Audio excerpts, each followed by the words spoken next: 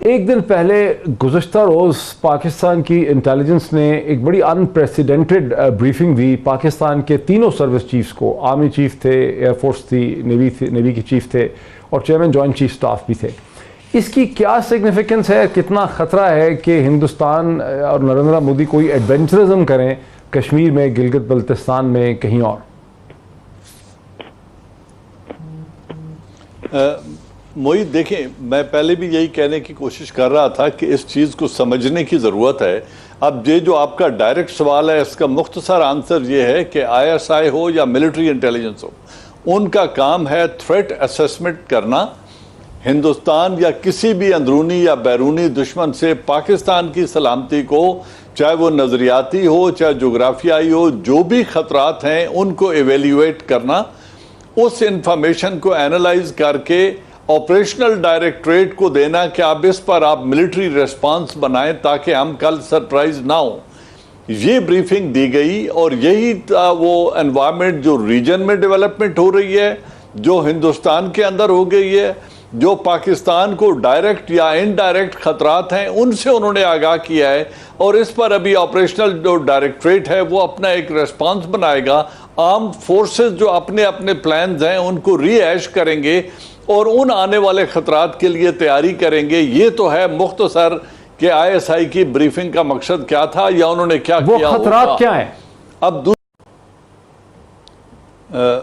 मोहित, बात यह है कि हमें इसको, ये जो टेक्टिकल डेवलपमेंट जिसकी आप बात कर रहे हैं गलवान वैली की, और ये जो कैजुअल्टीज हुई हैं, ये एक बहुत छोटा इंसिडेंट है। ये टेक्टिकल एक्शन है जो दो इतने बड़ी दुनिया की मोस्ट पॉपुलस कंट्री, दोनों सवा सवा अरब के ममालिक हैं और दोनों न्यूक्लियर पावर्स हैं, दोनों इस खिते में सबसे बड़ी मिलिट्री पावर्स हैं, इनके दरमियान एक बटालियन एक्शन की अहमियत नहीं है। अगर हम इस पूरे पर्सपेक्टिव को समझें कि ये क्या हो रहा है, कौन करवा रहा है, लेकिन सर हिंदुस्तान क्या गेन करना चाहता है, और चाइनीज झटका बहुत लग गया हिंदुस्तान को।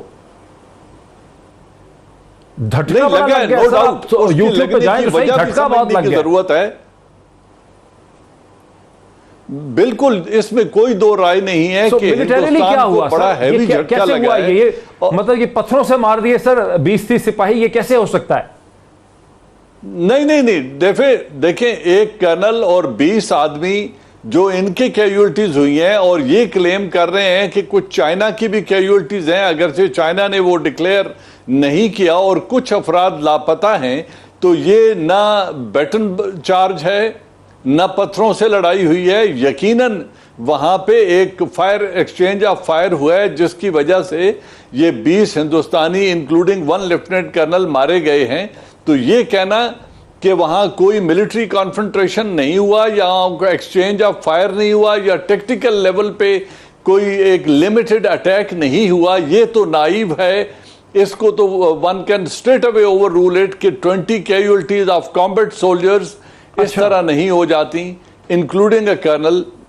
फिजिकल एक्शन वहां पे हुआ है जिसमें बहुत ज्यादा एम्बैरेसमेंट इंडिया को हुई है, लेकिन इंडियन खामोशी जो है इस पर वो बड़ी गौर तलब है कि इंडिया इसको कैसे अब्जॉर्ब कर गया, वो कैसे इसको चंद घंटे पहले नरेंद्र मोदी ने नहीं करना चाहता। अब से चंद घंटे पहले हिंदुस्तान के प्राइम मिनिस्टर नरेंद्र मोदी ने एक ट्वीट भी किया और एक वीडियो उन्होंने बयान अपना इशू किया 45 सेकंड का, जिसमें उन्होंने कहा कि हिंदुस्तान जो है वो शांति का, अमन का ख्वाह है, लेकिन उसे कमजोर ना समझा जाए और उसको प्रोवोक किया जाएगा तो हिंदुस्तान बड़ा हार्ड हिट करेगा। ये कहा है आज नरेंद्र मोदी ने, अब से कुछ 6 घंटे पहले।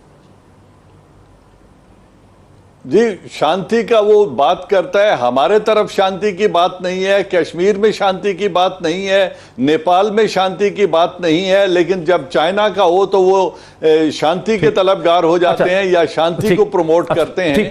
तो इसको समझने की जरूरत है कि ऐसा क्यों हो रहा है। जल साहब मेरे साथ रहें, ठीक है, ठीक सही। मुझे जरा इसका पॉलिटिकल, शाहिद मलिक साहब, मैं क्विकली ब्रेक से पहले, ब्रेक के बाद भी आपसे बात करूंगा कि हिंदुस्तान जिसको अंदर आपने सर्व किया है, जहां आपने अंदर से देखा, वहां क्या इंपैक्ट हो रहा होगा इस पूरी सिचुएशन का सियासी तौर पे?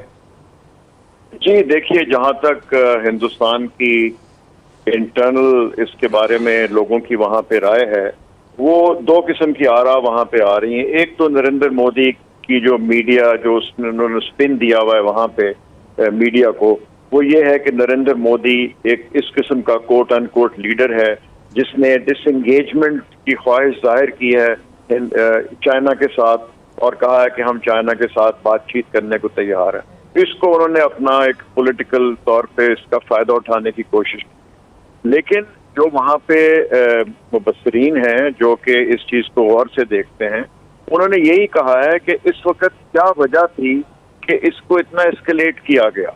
देखिए सन 72 के बाद, जैसे पहले फॉरेन मिनिस्टर साहब ने भी कहा कि 72 के बाद ये पहली दफा कोई कैजुअलिटी हुई है हिंदुस्तान के साइड पे इन एनी स्कर्मिश और any sort of stand of between China and India.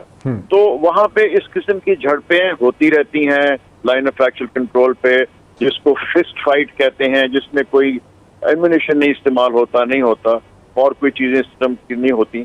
तो लेकिन इसको हिंदुस्तान के अंदर जो आपका सवाल है वो ये है कि दो किस्म की वहां पे मुख्तलिफ हैं। लिखने वाले इनके हक में भी लिख रहे हैं, लिखने वाले इनके खिलाफ भी लिख रहे हैं, और खिलाफ वाले जो लिख रहे हैं वो ये रख रहे हैं कि कोई डाइवर्शनरी टैक्टिक के तौर पे इन्होंने जो हालात हैं कश्मीर में, जो हालात हैं, जो अब देखिए इंडिया के डिफेंस मिनिस्टर ने पाकिस्तान के बारे में अभी रिसेंटली एक बयान दे दिया आज़ाद कश्मीर के कॉन्टेक्स्ट में। तो ये सब चीज़ें जो हैं इन सब को वहाँ पे जो इंटरनल मसाइल हैं मोदी के, ये Modi in his second term is not the same Modi जो कि हमने उसकी पहले उसमें टर्म में देखा था। आहिस्ता आहिस्ता इनको प्रॉब्लम्स हो रही हैं। तो कोशिश ये है मोदी सरकार की कि वहाँ पे हर चीज का एक पॉलिटिकल माइलेज ली जाए, और इस जो चाइना के साथ जो है इसको भी वो कोशिश कर रहे हैं कि इसको अपने इससे भी फायदा उठाया जाए। एम्बेसडर साहब मेरे साथ रहिए, एक ब्रेक में ले लूं। ब्रेक के बाद ये भी देखते हैं कि के अंदर की जो सियासी सूरत हाल पैदा हो रही है, जो चैलेंजेस पैदा हो रहे हैं नरेंद्र मोदी के लिए, उनसे पाकिस्तान किस तरह से मुतासर हो सकता है। After break welcome back. इसी बात को आगे बढ़ाते हैं। हिंदुस्तान और चीन के दरमियान जिस किस्म की सूरत हाल डेवलप कर रही है उससे हिंदुस्तान की सियासत किस तरह से इफेक्ट हो रही है, और वो जो बदलती हुई सियासत है उसके नतीजे में नरेंद्र मोदी की हुकूमत जो है वो क्या कर सकती है। इसी बात को अगर आगे बढ़ाते हुए नजमुद्दीन शेख साहब, एक क्राइसिस, एक बड़ी एम्बैरेसिंग सिचुएशन तो बहरहाल डेवलप कर गई है नरेंद्र मोदी के लिए। हालांकि शाहिद मलिक साहब कहते हैं कि वो एक इफेक्टिव स्पिन उसको देने की कोशिश कर रहे हैं। बहुत गुस्सा है, चूंकि हम लोग यूट्यूब पे भी ब्लॉग्स करते हैं, बहुत ही शदीद गम और गुस्सा इस वक्त हिंदुस्तान में पाया जाता है, जहां नरेंद्र मोदी ने अपने आप को एक स्ट्रॉन्ग मैन की हैसियत से, एक 52 इंच की या 56 इंच की चेस्ट के हवाले से बेचा हुआ है कि वो स्ट्रॉन्ग है, डिसाइसिव है। वो पॉलिटिक्स जो है वो किस तरह से वो पॉलिटिक्स जो है उसमें नरेंद्र मोदी कैसे कुछ कर सकते हैं? देखिए, हमें हकीकत पे मबनी चीज देखनी चाहिए। मैंने हिंदुस्तान की ट्वीट्स देखी हैं जिसमें किसी ने कहा है कि भाई वो 56 इंच की छाती जो है वो 5.6 इंच रह गई है, और दूसरों ने कहा है कि साहब वो श्रिंक होते होते अब 5 इंच की रह गई है। लेकिन ये चीज़ें तो ऑपोजिशन के कहने की बात है। जो हकीकत है वो ये है कि मोदी के लिए चीन का जो ये वाक़या है ये एक एड ऑन है उन चीज़ों के जो कि हिंदुस्तान में मोदी साहब ने गलतियां की हैं। जो मॉनेटरी पॉलिसी उन्होंने फॉलो की वो गैर कामयाब रही, जो उन्होंने डीमोनेटाइजेशन की वो गलत रही, और इकोनॉमिक सिचुएशन जो थी उनका अभी कहना कि हम सेल्फ रिलायंस की तरफ बढ़ रहे हैं वगैरह, ये सब एक तरफ। दूसरी तरफ जो हकीकत है, और हकीकत ये है कि अब हो सकता है कि हिंदुस्तान में नेगेटिव रेट ऑफ ग्रोथ हो, और सर्टनली वो जो उनकी उम्मीदें थी कि हम 5 ट्रिलियन की इकोनॉमी बनेंगे वो अब 5 साल और के लिए पोस्टपोन हो गई है। तो उसका असर तो हिंदुस्तानी पे पड़ेगा, क्योंकि हिंदुस्तानी तो इस उम्मीद में मोदी के साथ था कि मोदी ने जो गुजरात में किया था, जो वहाँ पे इक़्तिसादी तरक्की हुई थी, वो अब हिंदुस्तान सारे में होगी, वो होने से रही। तो हिंदुस्तान में जो अभी इम्पैक्ट होगा वो बुरा है। लेकिन जो पार्लियामेंट्री उनकी मेजॉरिटी है और जो राज्यसभा में भी मेजॉरिटी हो रही है, उनको कोई ये डर नहीं है कि उनकी गवर्नमेंट को शेक किया जाएगा। हो सकता है कि प्रोविंशियल इलेक्शंस जो स्टेट इलेक्शंस हैं सही, उनमें कुछ असर हो, लेकिन बाय एंड लार्ज मेरे साथ रहें जरा, मेरे साथ रहें। ठीक, जल साहब, मैं जरा जल साहब की तरफ आता मुझे। जल एजाज एवान, एक दिन पहले गुज़श्ता रोज़ पाकिस्तान की इंटेलिजेंस ने एक बड़ी अनप्रेसिडेंटेड ब्रीफिंग दी पाकिस्तान के तीनों सर्विस चीफ्स को। आर्मी चीफ थे, एयरफोर्स थी, नेवी की चीफ थे और चेयरमैन जॉइंट चीफ स्टाफ भी थे। इसकी क्या सिग्निफिकेंस है, कितना ख़तरा है कि हिंदुस्तान और नरेंद्र मोदी कोई एडवेंचरिज्म करें कश्मीर में, गिलगित बल्तिस्तान में, कहीं और? मोहित देखें, मैं पहले भी यही कहने की कोशिश कर रहा था कि इस चीज़ को समझने की ज़रूरत है। अब ये जो आपका डायरेक्ट सवाल है, इसका मुख्तसर आंसर ये है कि ISI हो या मिलिट्री इंटेलिजेंस हो, उनका काम है थ्रेट असेसमेंट करना।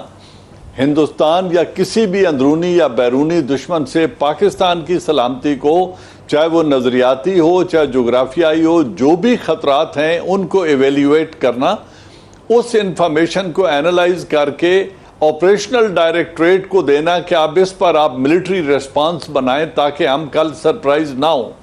ये ब्रीफिंग दी गई और यही वो एनवायरनमेंट जो रीजन में डेवलपमेंट हो रही है, जो हिंदुस्तान के अंदर हो गई है, जो पाकिस्तान को डायरेक्ट या इनडायरेक्ट खतरात हैं उनसे उन्होंने आगाह किया है।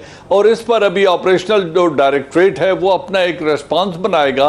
आर्म्ड फोर्सेस जो अपने अपने प्लान्स हैं उनको रीएश करेंगे और उन आने वाले खतरात के लिए तैयारी करेंगे। ये तो है मुख्तसर कि ISI की ब्रीफिंग का मकसद क्या था या उन्होंने क्या किया, वो खतरात क्या है। अब दूसरी बात जो ज्यादा समझने वाली है, वो खतरात क्या हो सकते हैं, बहुत जरूरी है। हम बड़ा छोटा नैरो व्यू ले रहे हैं।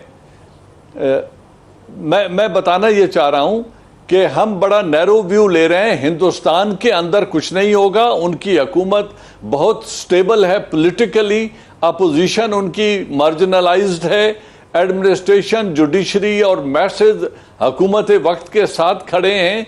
देखिए, जो उन्होंने जो कुछ बाइट कर लिया है 370 एंड 35A के, उसको डाइजेस्ट करने के लिए वो अमेरिका की कंस्ट्रक्टिव एंगेजमेंट कर रहे हैं चाइना को कंटेन करने के लिए, क्योंकि वो कश्मीर को एब्जॉर्ब करना चाहते हैं। किसी किस्म का इंटरनेशनल डिप्लोमेटिक प्रेशर या प्यूनिटिव एक्शन को रोकने के लिए वो अमेरिका को अपीज कर रहे हैं, चाइना के साथ एक इशू को रेज करके। मकसद उनका है कि हम